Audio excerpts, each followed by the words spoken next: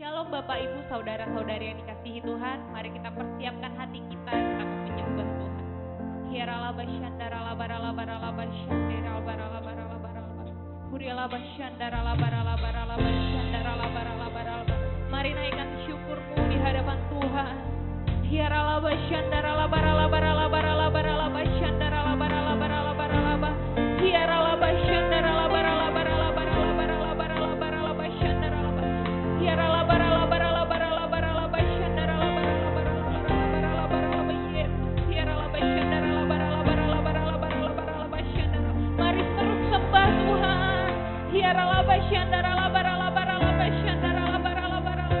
mari kita bangun manusia roh kita.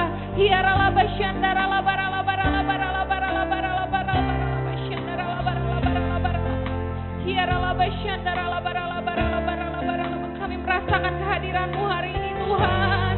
Hiaralaba syandara labara labara labara labara labara labara syandara labara labara. Hiaralaba syandara labara labara labara labara labara labara labara labara syande. Hiaralaba syandara labara labara labara syandara labara labara labara labara labara labara labara labara syandara labara labara. Hiaralaba syandara labara labara labara labara labara syandara labara. Mari kita angkat tangan kita.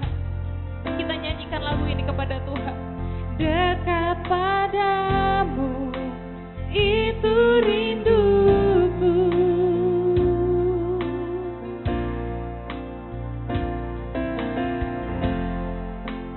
Setiap kataku kau pun menunggu. Tak kusangka ku temukan satu kasih yang abadi. Kini ku datang dan ku bawa hidupku. Kami mau memandang Engkau Tuhan, memandang wajah-Mu, mengikuti kebaikan-Mu, mengejar hadir-Mu dalam hidupku. Kami mau bawa sembah kami,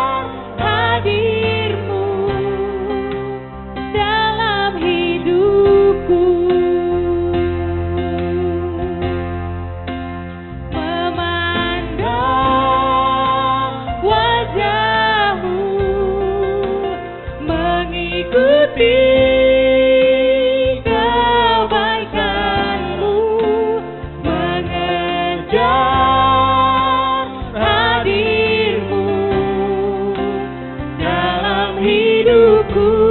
Kami membawa sembah, kami membawa sembahku, menyatakan kebesaran-Mu, mengejar hadir-Mu dalam hidupku. Mari kita sembah Tuhan. Kami bawa sembah kami hanya bagi-Mu.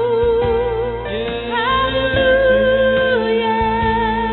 Penyembahan kami Tuhan. Haleluya. Kami mau pandang Engkau. Segala hormat kemuliaan bagi-Mu. Kami naikkan Engkau baik. haleluya. Engkau Kasih Tuhan.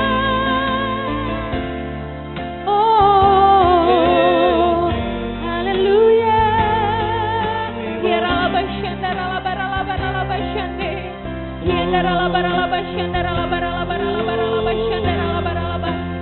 Memandang wajah-Mu, mengikuti kebaikan-Mu, mengejar hadir-Mu dalam hidupku. Oh, membawa sembahku, menyatakan kebesaran-Mu, mengejar hadir-Mu dalam hidupku. Mari angkat tangan kita, sembah Tuhan.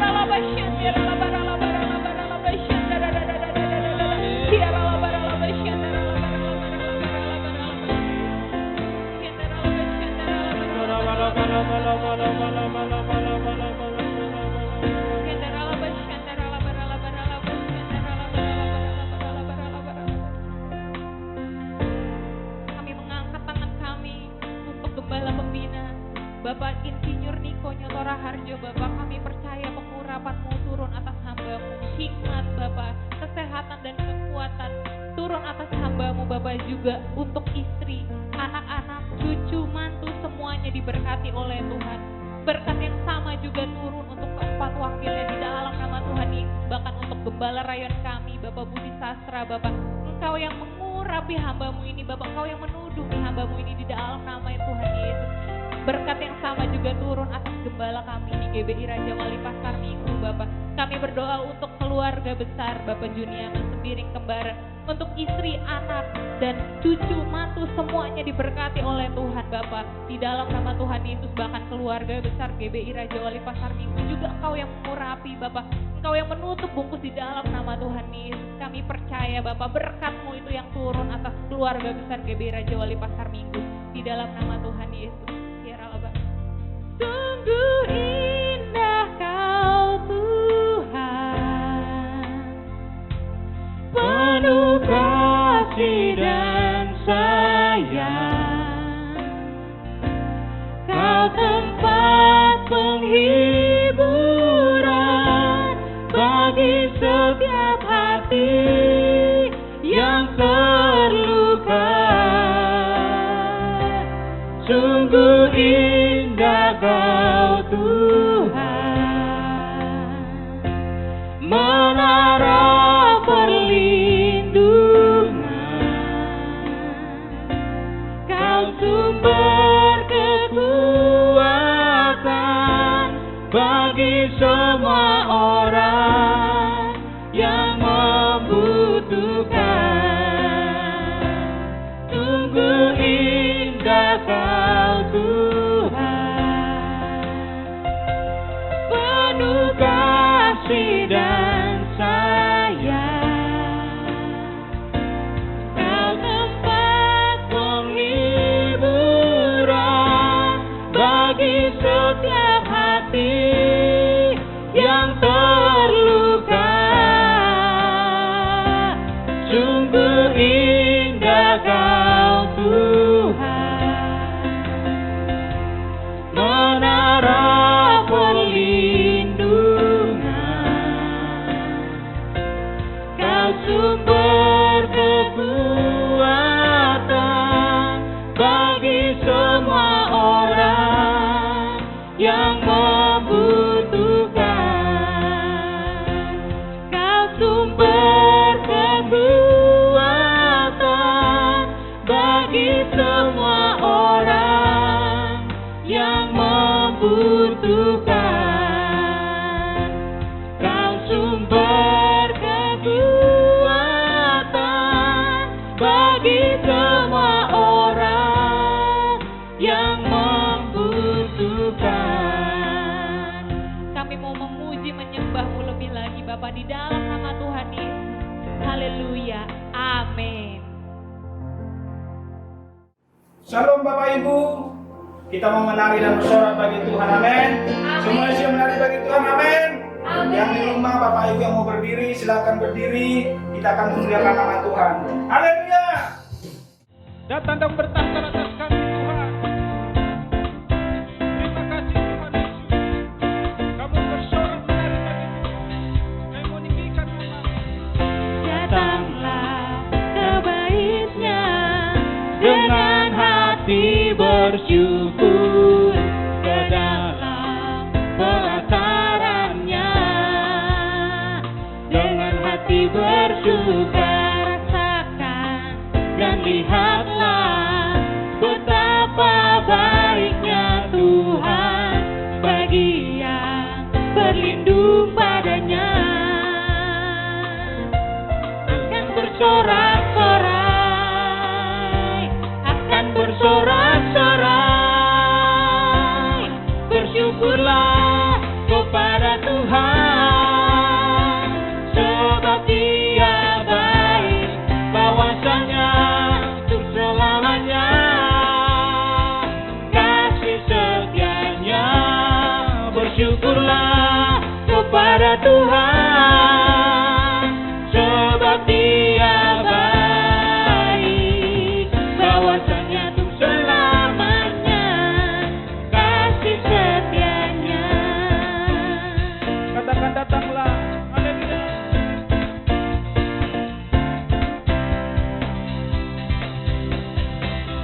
Datanglah ke Bait-Nya dengan hati bersyukur ke dalam pelataran-Nya. Dengan hati bersuka rasakan dan lihatlah betapa baiknya Tuhan bagi yang berlindung padanya. Akan bersorak-sorai, akan bersorak-sorai, bersyukurlah kepada Tuhan, sebab Dia baik, bahwasanya untuk selamanya kasih setianya. Bersyukurlah kepada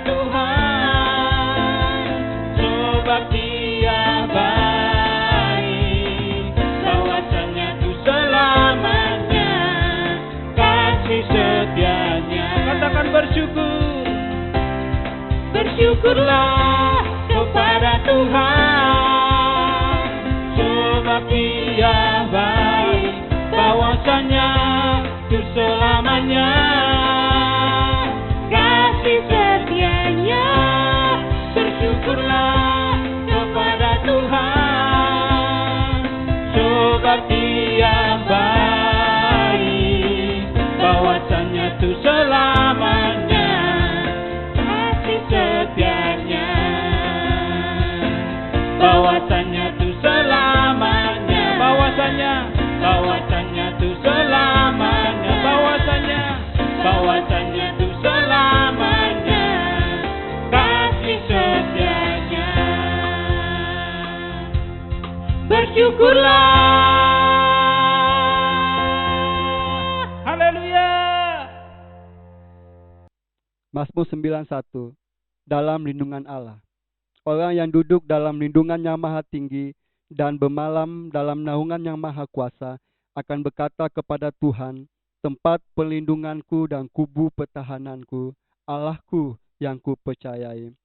Sungguh Dialah yang akan melepaskan engkau dari jerat penangkap burung, dari penyakit sampang yang busuk. Dengan kepaknya Ia akan menudungi engkau, di bawah sayapnya engkau akan berlindung. Kesetiaannya ialah perisai dan pagan tembok. Engkau tak usah takut terhadap kedahsyatan malam, terhadap panah yang terbang di waktu siang, terhadap penyakit sampang yang berjalan di dalam gelap, terhadap penyakit menular yang mengamuk di waktu petang. Walau 1,000 orang rebah di sisimu dan 10,000 di sebelah kananmu, tetapi itu tidak akan menimpamu. Engkau hanya menontonnya dengan matamu sendiri dan melihat pembalasan terhadap orang-orang fasik. Sebab Tuhan ialah tempat perlindunganmu, yang maha tinggi telah kau buat tempat perteduhanmu. Malapetaka tidak akan menimpa kamu, dan tulah tidak akan mendekat kepada kemahmu, sebab malaikat-malaikatnya akan diperintahkannya kepadamu untuk menjaga engkau di segala jalanmu. Mereka akan menatang engkau di atas tangannya, supaya kakimu jangan terantuk kepada batu. Singa dan ular tedung akan kau langkahi. Engkau akan menginjak anak singa dan ular naga. Sungguh hatinya melekat kepadaku, maka aku akan meluputkannya, aku akan membentenginya, sebab ia mengenal namaku. Bila ia berseru kepadaku, aku akan menjawab, aku akan menyertai dia dalam kesesakan, aku akan meluputkannya dan memuliakannya. Dengan panjang umur akan kukenyangkan dia, dan akan kuperlihatkan kepadanya keselamatan daripadaku. Pentakosta ketiga. 1. Pentakosta ketiga adalah pencurahan Roh Kudus yang dahsyat di zaman now, melebihi yang terjadi di Azusa Street. 2. Pentakosta ketiga akan mengakibatkan penuaian jiwa yang terbesar dan yang terakhir sebelum Tuhan Yesus datang kembali. 3. Pentakosta ketiga akan membangkitkan generasi Yeremia, yaitu anak-anak muda yang dipenuhi Roh Kudus, cinta mati-matian kepada Tuhan Yesus, tidak kompromi terhadap dosa, dan akan bergerak untuk memenangkan jiwa. 4. Pentakosta ketiga lahir di Indonesia dan bergerak ke bangsa-bangsa. Gerakan ini dari timur ke barat dan akan kembali ke Yerusalem. 5. Pentakosta ketiga akan memberikan kuasa untuk menyelesaikan amanat agung, dan setelah itu Tuhan Yesus datang kembali. Tuhan Yesus, kami persiapkan hati kami untuk mendengar firman Tuhan. Terima kasih Bapa. Terima kasih Tuhan Yesus. Kaulah Tuhanku, Kaulah Rajaku, Kau yang termulia di bumi dan di surga. Katakan kaulah Kau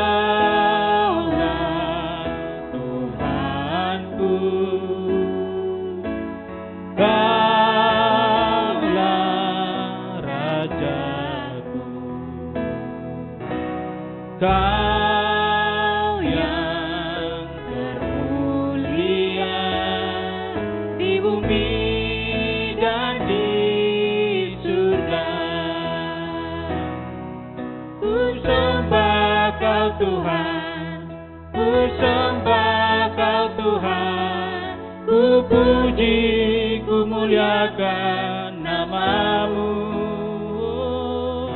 Ku sembah Kau Tuhan, ku sembah Kau Tuhan, ku puji, ku muliakan nama-Mu. Katakan ku sembah Kau Tuhan, ku sembah Kau Tuhan, ku puji, ku muliakan nama-Mu. Yesus, ku sembah Kau Tuhan, ku sembah Kau Tuhan, ku puji, ku muliakan nama-Mu. Katakan ku sembah Kau Tuhan. Yesus, Ku sembah Kau Tuhan, ku puji, muliakan nama-Mu. Ku sembah Kau Tuhan, ku sembah Kau Tuhan, ku puji, ku muliakan nama-Mu. Mari kita sembah Dia. Ku sembah Kau Tuhan, ku sembah Kau Tuhan, ku puji, ku muliakan nama-Mu. Ku sembah Kau Tuhan, ku sembah Kau Tuhan, ku puji, ku muliakan nama-Mu. Ya Sembah Kau Tuhan, Ku sembah Kau Tuhan, ku puji, ku muliakan nama-Mu. Ku sembah Kau Tuhan, ku sembah Kau Tuhan, ku puji, ku muliakan nama-Mu. Sekali katakan ku sembah. Ku sembah Kau Tuhan, Ku sembah Kau Tuhan, ku puji, ku muliakan nama-Mu.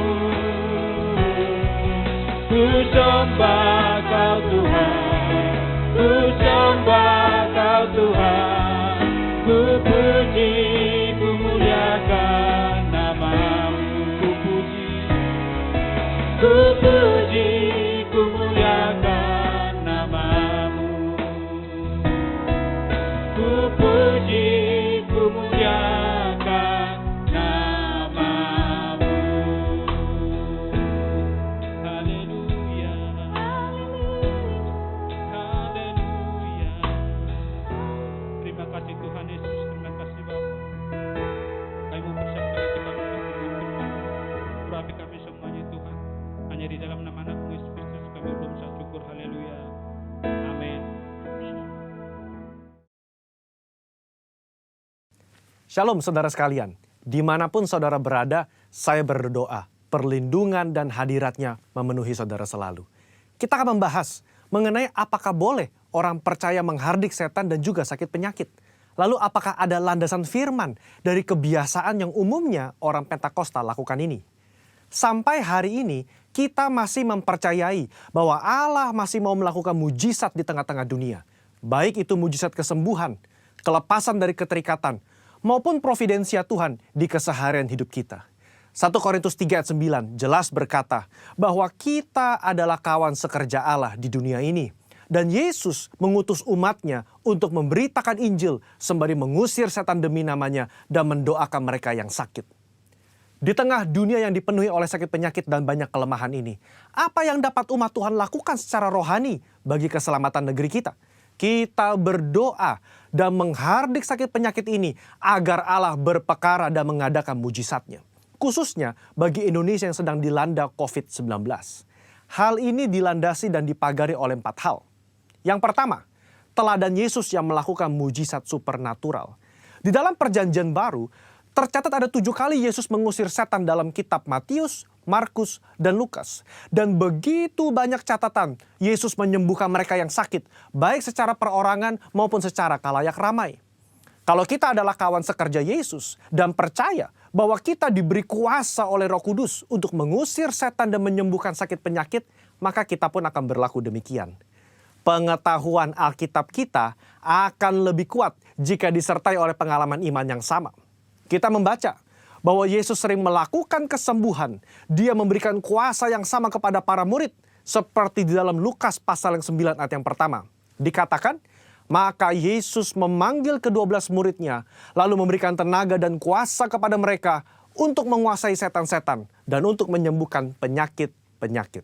Nah, secara global, umat Pentakosta meyakini bahwa orang percaya di zaman now juga diberikan kuasa untuk menghardik dan menyembuhkan. Gembala sidang kita, Pak Niko, mendapatkan tuntunan untuk melakukan KKR kesembuhan ilahi di dalam dan luar negeri. Tercatat, sudah ada 318 kali KKR yang dilakukan dari tahun 2006 sampai 2019. Dan juga lewat program TV yang disaksikan oleh jutaan orang yang mengalami hadirat Tuhan. Ribuan orang mengalami kesembuhan yang juga disaksikan oleh banyak orang.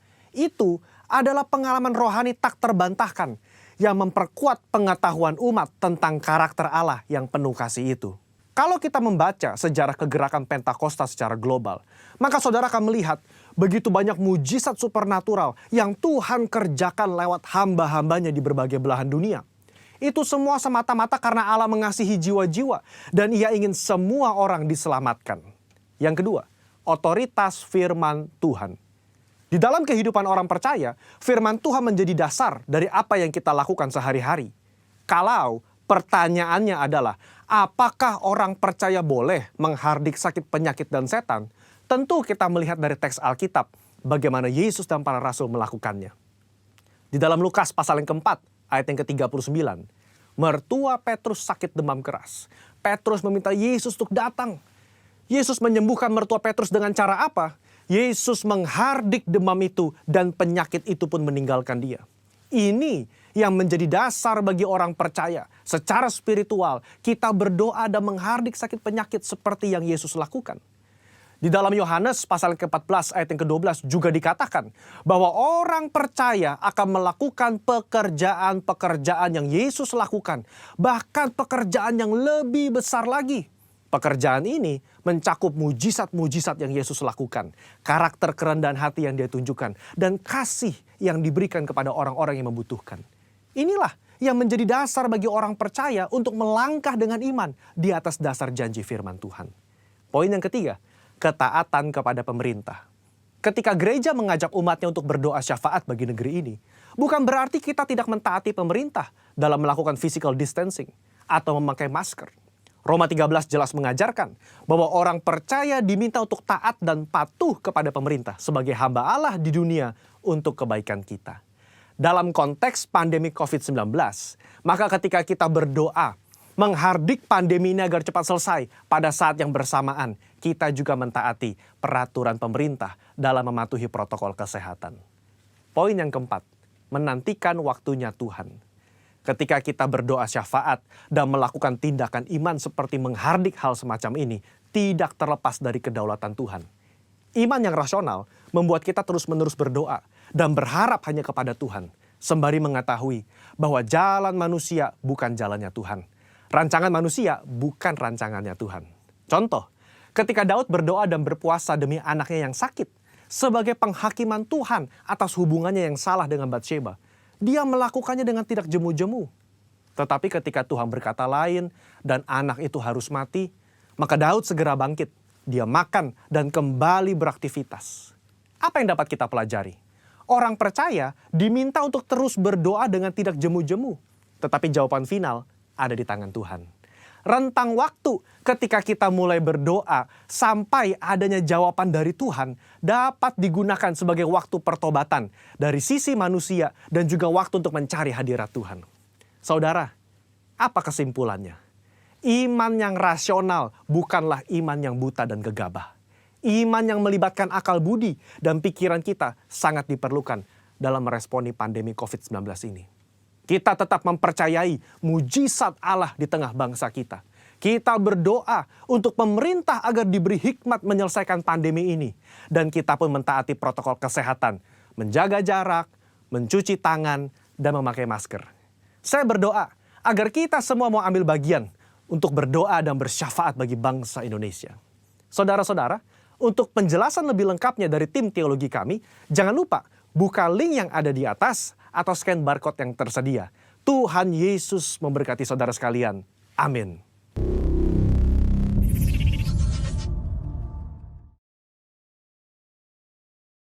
Mari kita berdoa untuk kebenaran firman Tuhan yang akan kita dengarkan pada hari ini. Bapa, kami bersyukur dan terima kasih padamu pada hari ini. Tuhan masih memberikan kesempatan kepada kami untuk mendengarkan firman-Mu. Berkati kami Tuhan. Lewat firman-Mu, urapi kami, semua kami diurapi dan terus ada di atas gunung kudus Tuhan. Kemuliaan hanya bagi-Mu di dalam nama Yesus. Amin. Saudaraku yang dikasihi Tuhan Yesus, salam. Hari ini kita belajar dari Daud di dalam 1 Samuel 30 ayat 1 sampai seterusnya, tapi sampai ayat 2 saja kita baca dulu. Mari kita buka Alkitab kita. Ketika Daud serta orang-orangnya sampai di Ziklag pada hari yang ketiga, orang Amalek telah menyerbu tanah Negeb dan Ziklag. Ziklag telah dikalahkan oleh mereka dan dibakar habis. Ayat 2, perempuan-perempuan, semua orang yang ada di sana, tua dan muda, telah ditawan dengan tidak membunuh seorang pun dan seterusnya. Saudaraku yang dikasihi Tuhan Yesus, betapa hancurnya hati Daud ketika pulang dari satu peperangan, melihat satu kota yang diberikan Akis kepada dia, yaitu Ziklag, habis dibakar oleh musuhnya. Bukan hanya itu, saudaraku yang dikasihi Tuhan Yesus. Anak-anak Daud, istrinya, semua harta bendanya habis dibawa kabur oleh musuhnya. Saudaraku, pada saat itu posisi Daud masih dalam satu kesulitan yang besar. Nyawanya terancam, dibunuh oleh musuhnya, yaitu Saul. Belum selesai masalah yang satu, muncul lagi masalah yang lain, saudaraku. Itu yang membuat Daud menangis dengan semuanya pasukannya. Bukan hanya itu, saudaraku yang dikasihi Tuhan Yesus. Daud pun nyaris dibunuh dengan dilempari oleh orang-orang dekatnya. Luar biasa sekali masalah yang dialami oleh Daud pada saat itu, saudaraku. Saudara yang dikasihi Tuhan Yesus, mungkin kita pernah mengalami seperti Daud ini. Belum selesai masalah yang satu, muncul lagi masalah yang lain, saudaraku. Kita masih berdoa kepada Tuhan, Tuhan tolong masalahku ini Tuhan. Belum selesai, belum ada jawaban dari Tuhan. Ternyata muncul lagi masalah yang baru, saudaraku yang dikasihi Tuhan Yesus. Seperti itulah yang dialami oleh Daud. Saudaraku, apa yang dilakukan oleh Daud ketika begitu besar masalah yang dihadapinya? Saudara yang dikasihi Tuhan Yesus, Amsal 24 ayat 10 berkata begini, jika engkau tawar hati pada masa kesesakan, kecillah kekuatanmu. Daud tidak tawar hati, saudaraku. Di dalam ayat yang ke-6 bacaan kita tadi dikatakan, tetapi Daud menguatkan kepercayaannya kepada Tuhan Allahnya. Perhatikan, ketika ada masalah, apakah kita bisa seperti Daud ini menguatkan kepercayaan kita kepada Tuhan? Artinya, kita punya iman, tidak gugur. Kita tetap percaya kepada Tuhan, bahwa Tuhan sanggup menyelesaikan masalah kita. Tuhan sanggup menyelesaikan persoalan dalam hidup kita, karena Allah kita lebih besar daripada persoalan yang sedang kita hadapi. Saudaraku, bukan tidak hebat musuh-musuh Daud ini, saudaraku. Tapi, Daud percaya Tuhan itu lebih hebat daripada musuh-musuhnya. Tuhan itu lebih dahsyat daripada musuh-musuhnya. Daud percaya hanya Tuhan yang sanggup menolong masalah dia. Bagaimana dengan kita? Apakah kita perlu percaya kepada Tuhan? Tuhan sanggup menolong masalah kita. Tuhan sanggup menolong persoalan kita. Apapun hari-hari ini di masa-masa pandemi COVID-19 ini persoalan kita masih sanggup bahwa Tuhan, kita masih percaya bahwa Tuhan sanggup menyelesaikan persoalan kita, saudaraku. Saudaraku, tetap percaya kepada Tuhan. Percaya itu 100%. Percaya itu bukan 90%, bukan 60%, bukan 70%, tapi percaya itu benar-benar full 100% saudaraku kepada Tuhan.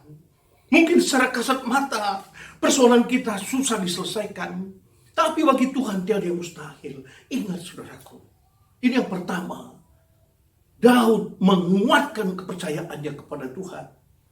Saudaraku, ini yang pertama. Yang kedua, apa yang dilakukan Daud ketika datang masalah yang besar dalam hidupnya? Ayat ke-8 dikatakan dalam bacaan kita, Daud itu mencari Tuhan. Saudaraku, ketika dalam masalah besar, siapa yang pertama kita cari? Apakah teman-teman kita? Apakah manusia, sahabat-sahabat kita, pemilih-pemilih kita? Ketika Saul menghadapi satu masalah besar dalam hidupnya, yang dicarinya itu adalah dukun, saudara. Yang dicarinya itu adalah peramal. Tapi Daud, saudaraku, begitu luar biasa. Yang dicarinya yang pertama itu adalah Tuhan. Wajah Tuhan yang dicarinya. Di dalam Mazmur 119 ayat 10 dikatakan, dengan segenap hatiku aku mencari Tuhan. Janganlah biarkan aku menyimpang dari perintah-perintah Tuhan. Pada saat persoalan ada, tetap cari wajah Tuhan. Jangan menyimpang ke kanan dan ke kiri, mencari pertolongan dari manusia. Kita akan kecewa, saudaraku. Satu kali, ada seorang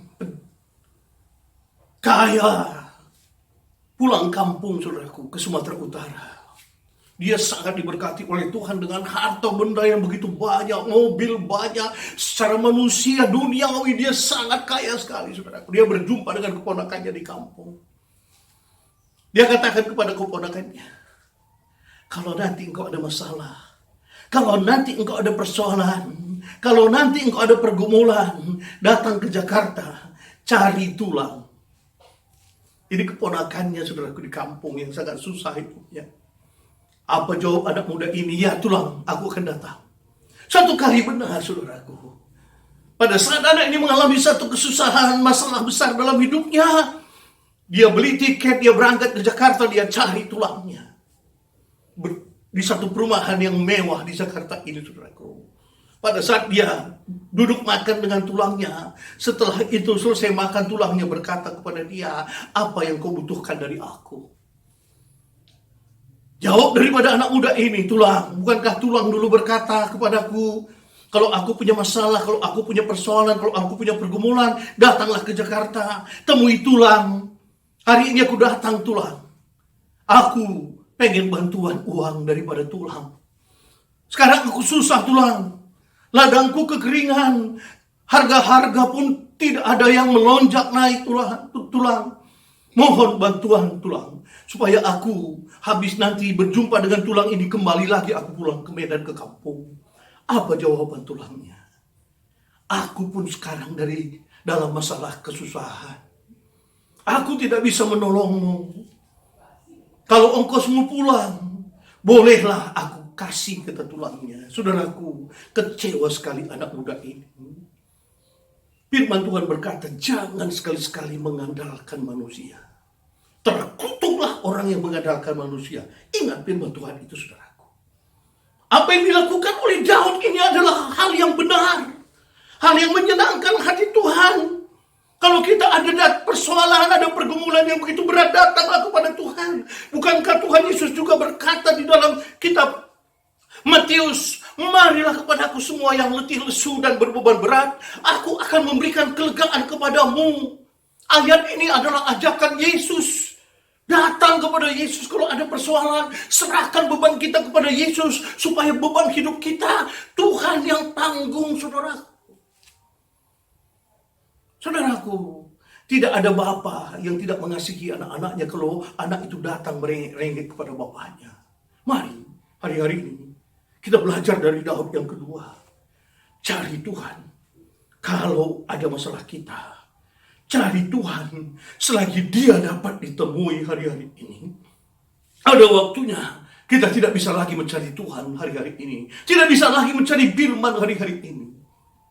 Tapi saat ini kita masih bisa diberikan kesempatan mencari wajah Tuhan. Mari, saudaraku, cari Tuhan. Pagi-pagi benar, Yesus keluar ke rumah dan dia berdoa mencari wajah Bapa, saudaraku. Saudaraku, ini yang kedua. Yang ketiga, apa yang dilakukan Daud ketika dia ada masalah besar yang dihadapinya, saudaraku. Di dalam ayat 11 sampai 15. Nanti kita baca di rumah. Kemudian dikatakan mereka menemui seorang Mesir di padang belantara lalu membawanya kepada Daud. Pada saat mereka mencari musuh-musuh mereka, saudaraku, yang membawa lari istri Daud, yang membawa lari anak-anak Daud, yang membawa kabur harta benda Daud, mereka tidak menemui beberapa hari lamanya. Tapi apa yang terjadi, saudaraku? Ketika mencari wajah Tuhan, menyerahkan persoalan kepada Tuhan, Tuhan memberikan jalan keluar kepada Daud. Ada seorang Mesir, saudaraku, pada saat itu dari pasukan musuh, saudaraku. Dia itu lari karena sakit pada saat itu, saudaraku, ditinggalkan oleh tuannya. Dan orang inilah yang ditemukan oleh Daud di padang gurun. Apa yang dilakukan oleh Daud? Daud memberi orang ini makan. Daud memberikan kepada orang ini air minum, saudaraku. Daud mengasihi orang ini. Melalui orang inilah, saudaraku, Tuhan berbicara di mana anak Daud, di mana istri Daud, dan melalui orang inilah Tuhan memberikan jalan kepada Daud untuk mencari musuhnya. Saudaraku, sekali lagi, di masa-masa sulit ini, tetap kita mengasihi sesama kita. Tetap kita memberi makan kepada sesama kita. Tetap kita memberi pertolongan kepada sesama kita. Jangan kita mengatakan, aku juga banyak persoalanku, aku juga banyak pergumulanku, untuk apa aku menolong orang lain. Jangan, saudaraku, hal itu tidak dikehendaki oleh Tuhan. Sedapat-dapatnya, kalau engkau bisa memberi, berilah.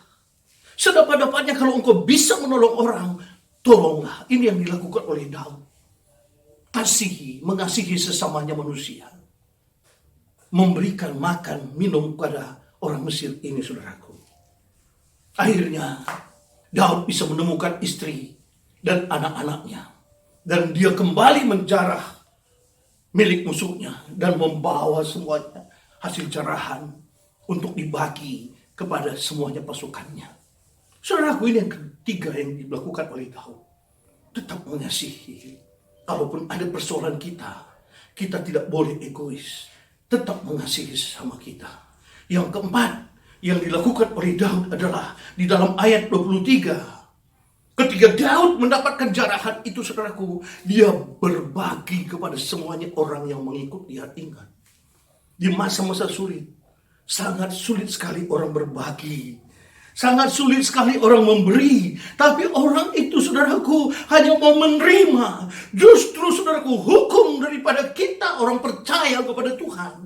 Memberi, baru kita diberi. Itu ingat, saudaraku. Menabur, baru ada yang bertumbuh benih daripada taburan kita. Bukan kita seperti orang dunia, hemat pangkal kaya. Hari-hari ini, saudaraku, ingat. Kita harus tetap memberi. Yang pertama, perpuluhan kita, jangan sampai kita lengah hari-hari ini. Ingat Maliki 3 ayat 10. Saudaraku, memberi kolekta, memberi kepada orang-orang lain. Kita ingat bagaimana janda yang miskin. Dia memberi dari segala kekurangannya. Dan Tuhan Yesus katakan, lihat pada janda ini. Murid-murid yang melihat, saudaraku, Yesus sangat tertarik kepada janda ini. Kenapa? Dia memberi dari segala yang dimilikinya. Dari kekurangannya dia memberi, saudaraku. Saudaraku, ingat. Kita belajar hari ini dari Daud. Yang pertama yang dilakukan Daud pada masa-masa dia susah. Pada masa-masa dia dikejar oleh Saul. Pada saat dia terhimpit. Pada saat dia lelah. Yang pertama yang dilakukan oleh Daud adalah menguatkan kepercayaannya kepada Tuhan. Hari-hari ini tetap percaya kepada Tuhan. Apapun masalahmu, apapun persoalanmu, Tuhan sanggup menolong. Ini yang pertama. Yang kedua, mencari Tuhan. Hari-hari ini banyak duduk diam di kaki Tuhan. Cari Tuhan. Serahkan semua persoalan kita. Serahkan semua pergumulan kita. Ini yang kedua. Yang ketiga, mengasihi sesama. Tetap kasihi orang lain. Jangan kita egois. Aku juga punya masalah. Aku juga punya persoalan. Aku juga punya pergumulan. Keluarga aku juga belum makan. Beri dulu kepada orang lain. Maka Tuhan akan memberi kepada kita. Yang keempat, berkati orang lain. Hari-hari ini. Ada amin saudaraku, 4 hal ini yang dilakukan Daud. Akhirnya kita lihat bagaimana Daud hidup berkemenangan demi kemenangan dalam peperangan yang dia hadapi. Hari-hari ini lagi musim perang.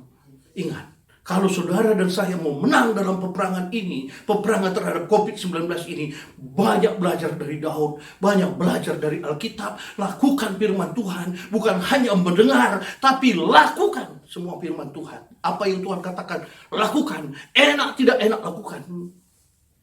Saudaraku, kita akan masuk dalam perjamuan kudus, persiapkan hati kita. Mari kita siapkan hati kita untuk masuk dalam perjamuan kudus pada bulan November ini. Ingat saudaraku, hari ini kita bukan asal perjamuan kudus. Ketika kita makan roti ini, berarti kita mengakui bahwa Yesus itu ada di dalam kita. Kita milik Tuhan Yesus. Dan darah Yesus sudah menebus kita. Jangan berbuat dosa lagi. Tetap hidup di dalam kekudusan. Firman Tuhan berkata di dalam 1 Korintus 11 ayat yang ke-23. Sebab apa yang telah kutuskan kepadamu telah aku terima dari Tuhan, yaitu bahwa Tuhan Yesus pada malam waktu ia diserahkan mengambil roti, kita angkat roti setinggi-tingginya. Dan sesudah itu ia mengucap syukur atasnya. Ia memecah-mecahkannya dan berkata, inilah tubuhku yang diserahkan bagi kamu. Perbuatlah ini menjadi peringatan akan aku. Bukankah roti yang kita pecah-pecahkan adalah persekutuan kita dengan tubuh Kristus? Amin. Mari kita makan bersama-sama.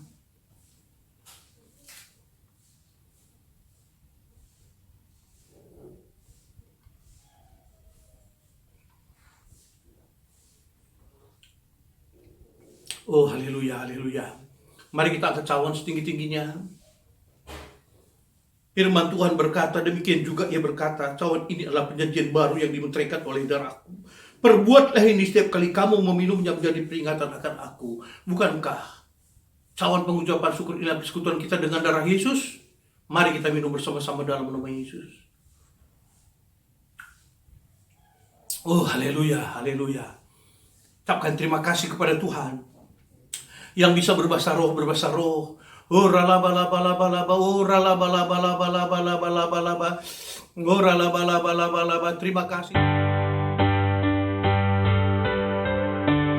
Terima kasih Yesusku, terima kasih Yesusku. Puji syukur hanya bagi Tuhanku. Terima kasih Yesusku, terima kasih Yesusku. Puji syukur hanya bagi Tuhanku. Terima kasih Yesusku, terima kasih Yesusku. Puji syukur hanya bagi Tuhanku. Terima kasih Yesusku, terima kasih Yesusku. Puji syukur hanya bagi Tuhanku. Puji syukur hanya bagi Tuhanku. Puji syukur hanya bagi Tuhanku.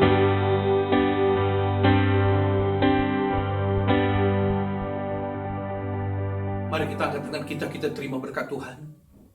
Pulanglah dengan membawa kasih karunia dan berkat yang berlimpah-limpah dari Allah Bapa melalui Anak yang tunggal Yesus Kristus, dan persekutuan yang manis bersama Roh Kudus mulai saat ini bahkan sampai selama-lamanya. Kita yang sudah diberkati dan akan melihat mujizat demi mujizat Tuhan kerjakan dalam hidup kita yang percaya dengan iman, katakan sama-sama amin.